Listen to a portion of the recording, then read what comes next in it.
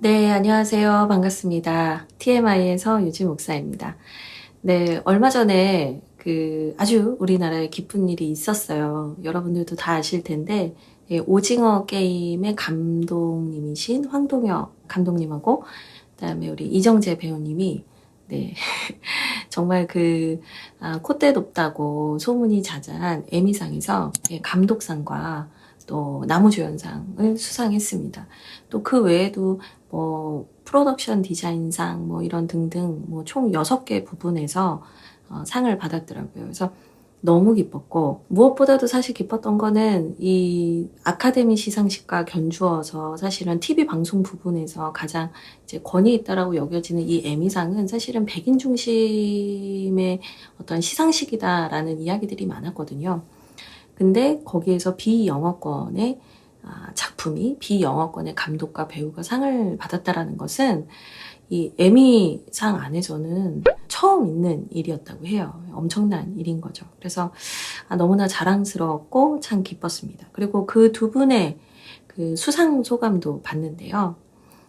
수상 소감을 들으면서 제가 괜히 막 뭉클해가지고 너무 감격적이었어요. 그래서 이 두 분 모두 무슨 얘기를 많이 하셨냐면, 수상 소감 때도 그랬고 기자회견 때도, 나중에 인터뷰하실 때도 그랬고, 이 비영어권의 수상이 앞으로 여기서 끝나는 게 아니라 앞으로 계속 나왔으면 좋겠다, 이런 이야기들도 하셨습니다. 그러니까 얼만큼 사람들이 그 부분에 대해서, 그 유리천장, 그 보이지 않는 벽에 대해서 얼마나 깨고 싶었는가, 또 그걸 넘어간 게 얼마나 큰일인가 느낄 수 있는 얘기였던 것 같아요. 마치 홍해를 가르듯 그런 정말 불가능한 일을 우리나라의 배우와 감독님들과 작품이 해냈다라는 게 참 기뻤어요. 물론 저는 이제 오징어 게임이라는 작품을 보는 거는 좀 힘들었어요. 너무 잔인해가지고 사실 잘 보지는 못하겠지만, 그래도 그 작품을 통해서 또 많은 사람들에게 우리나라의 문화가, K 컨텐츠가 인정을 받았다라는 건 또 인정하고 축하할 일인 것 같아요. 근데 제가 이제 그런 생각을 해봤어요. 왜 이렇게 사람들이 오징어 게임에 열광을 했을까? 사실 일본 영화 중에는 그런 류의 잔인한 거 많잖아요. 외국 영화도 마찬가지지만. 근데 왜 사람들은 이 영화를 좋아했을까? 왜 이 영화에 대해서는 이렇게 열광했을까라고 생각을 해봤어요. 그랬더니 너무나 특별한 상황인 것 같고, 특별한 어떤 설정인 것 같고, 또 뭔가 만화 같은 현실적이지 않은 어떤 설정들이라고 생각을 했는데, 막상 사람들이 거기에서 느껴지는 심리나 감정의 묘사들은 아주 보편적이었던 거죠. 그래서 비주얼이나 보여지는 설정은 경험해 본 적이 없어서 아주 독특하고 재밌는데, 그 사람들이 느끼는 감정이나 그 스토리를 풀어가는 과정은 물질 만능주의나 인생을 어렵게 살아가는 분들의 마음이라든지, 이제 나는 죽는 거 외에 남은 게 없어, 이런 여러 가지 사람들이 공통적으로 느끼는 심리는 또 너무 잘 표현을 한 거예요. 그래서 이게 단순히 그냥 비주얼과 어떤 설정 때문만이었다면 그냥 사람들이 잠깐 이슈를 갖고 그냥 끝났을 것 같아요. 근데 이제 만화 같은 어떤 현실적이지 않은 설정 플러스 기저에 흐르는 전 세계 누구라면 정말 대단한 부자가 아니고서는 한 번쯤은 느껴봤을 마음, 또 경험해봤을 감정들, 깐부 이런 거, 친구, 우린 친구잖아, 이런 우정에 대한 감정들, 이런 것들이 너무나 잘 녹여져 있었던 게 아닐까라는 생각을 했습니다. 그래서 어떻게 보면 이제 기생충이라는 작품도 큰 상을 받으면서 이슈를 이제 받았잖아요. 전 세계에서 정말 열광을 했는데, 기생충이라는 영화도 사실 그렇잖아요. 설정은 너무 한국적이잖아요.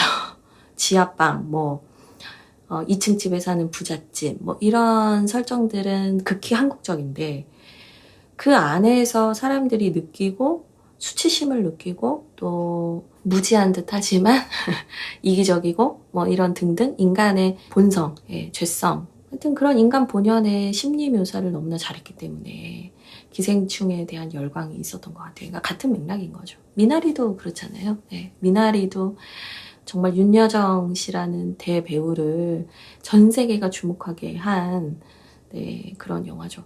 저는 개인적으로 앨런 킴을 좋아합니다만 네, 여튼 미나리도 그런 것 같아요. 예, 그냥 동양 이민자의 정착기 실패하고 다시 가족끼리 보다듬어주는 뭐 그런 이야기인데 그 안에서 이민자로 구성된 미국 사회가 감동을 받고 열광을 했거든요. 제가 말하고 싶은 결론은 오징어 게임도 그렇고 미나리도 그렇고 기생충도 그렇고 그러니까 우리나라가 전 세계적으로 많은 주목을 받고 어필을 하고 있는 작품들의 특징은 설정은 지극히 한국적이지만 인간 누구라면 가질 수 있는 보편적인 인간의 본성과 심리를 아주 탁월하게 잘 그려냈다라는 생각을 해봤어요. 그러니까 결국에는 개인적인 것이 보편적인 것이 될 수 있고 또 한국적인 것이 세계적인 것이 될 수 있는 뭐랄까 역량을 가진 문화 예술인들이 많이 생겨난 거죠. 네.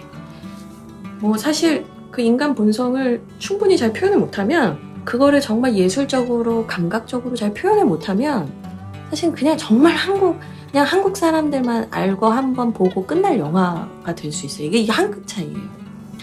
근데 아주 탁월한 사람들 또 아주 특별한 어떤 은사를 가지신 분들을 보면 뭔가 100%를 다른 것들을 만들어내는 것이 아니라 2, 3% 정도를 아주 잘 발전시켜서 또는 확장시켜서 대단한 작품들을 만들어내는 능력이 있다는 생각이 들어요. 어쩌면 앞으로는 한국 K문화에 더 많은 사람들의 집중이 쏟아지겠다. 그리고 한국인은 그 고유의 창의력과 지혜로 이런 K 컨텐츠를 더 많이 발전시켜 나갈 수 있겠다는 생각을 해봤습니다. 참고로 저는 그 생각도 들더라고요. 그 김구 선생님께서 예전에 우리나라는 나라도 적고 땅도 작고 자원도 많지 않기 때문에 문화 강국이 되어야 한다 이런 얘기를 하셨었대요. 그래서 문화 강국을 꿈꾸셨던 그런 글귀를 제가 본 적이 있습니다. 그래서 김구 선생님의 꿈이 2000년대 넘어서서 이렇게 이루어지고 있는 게 아닌가. 그래서 우리 민족 안에 있는 그 예술성을 김구 선생님은 예저녁에 보셨던 게 아닌가 이런 생각을 하면서 저는 그리스도인들 중에도 그런 문화 예술을 더 잘 하시는 분들이 많이 나타나셨으면 좋겠다는 생각도 해요. 예. 결국에는 우리가 그 문화 예술을 통해서 많은 사람들의 마음을 감동시키고 또 울릴 수 있고 또 그런 문화 예술을 통해서도 복음은 흘러갈 수 있거든요. 네. 저는 그게 복음의 능력인 것 같아요. 복음은 그 어디에도 제한받지 않고 쌓이지 않고 너무나 개방되어 있고 자유로운 것이다.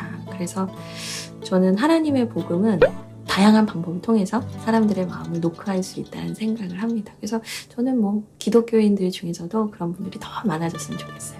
그리고 제가 이건 꼭 얘기해드리고 싶었는데요. 황동혁 감독님이 시나리오를 썼는데 12년 동안이나 거절받았대요. 네, 12년이나. 한국 제작사에서는 이게 현실성이 없다. 재미없다. 이랬대요. 근데 넷플릭스가 본 거죠. 네. 그래서 새로운 걸 시도할 때 사람들의 저항을 받을 수도 있고 사람들이 뭐 응원해주지 않고 지지해주지 않을 수 있죠. 그렇지만 내 안에 확신이 있었기 때문에 황동혁 감독님도 그 12년이라는 시간을 거절받으면서도 견뎠던 거 아닐까 이런 생각을 해보면서 어떤 비난과 비평이 있어도 새로운 것을 도전하는 사람만이 새로운 길로 나아갈 수 있다라는 생각도 해보게 됐습니다. 네. 네, 진짜로 오늘 하고 싶은 얘기는 여기까지 하고요. 네, 다음에 다른 TMI로 여러분 만나러 올게요. 네, 그럼 다음에 뵙겠습니다. 안녕!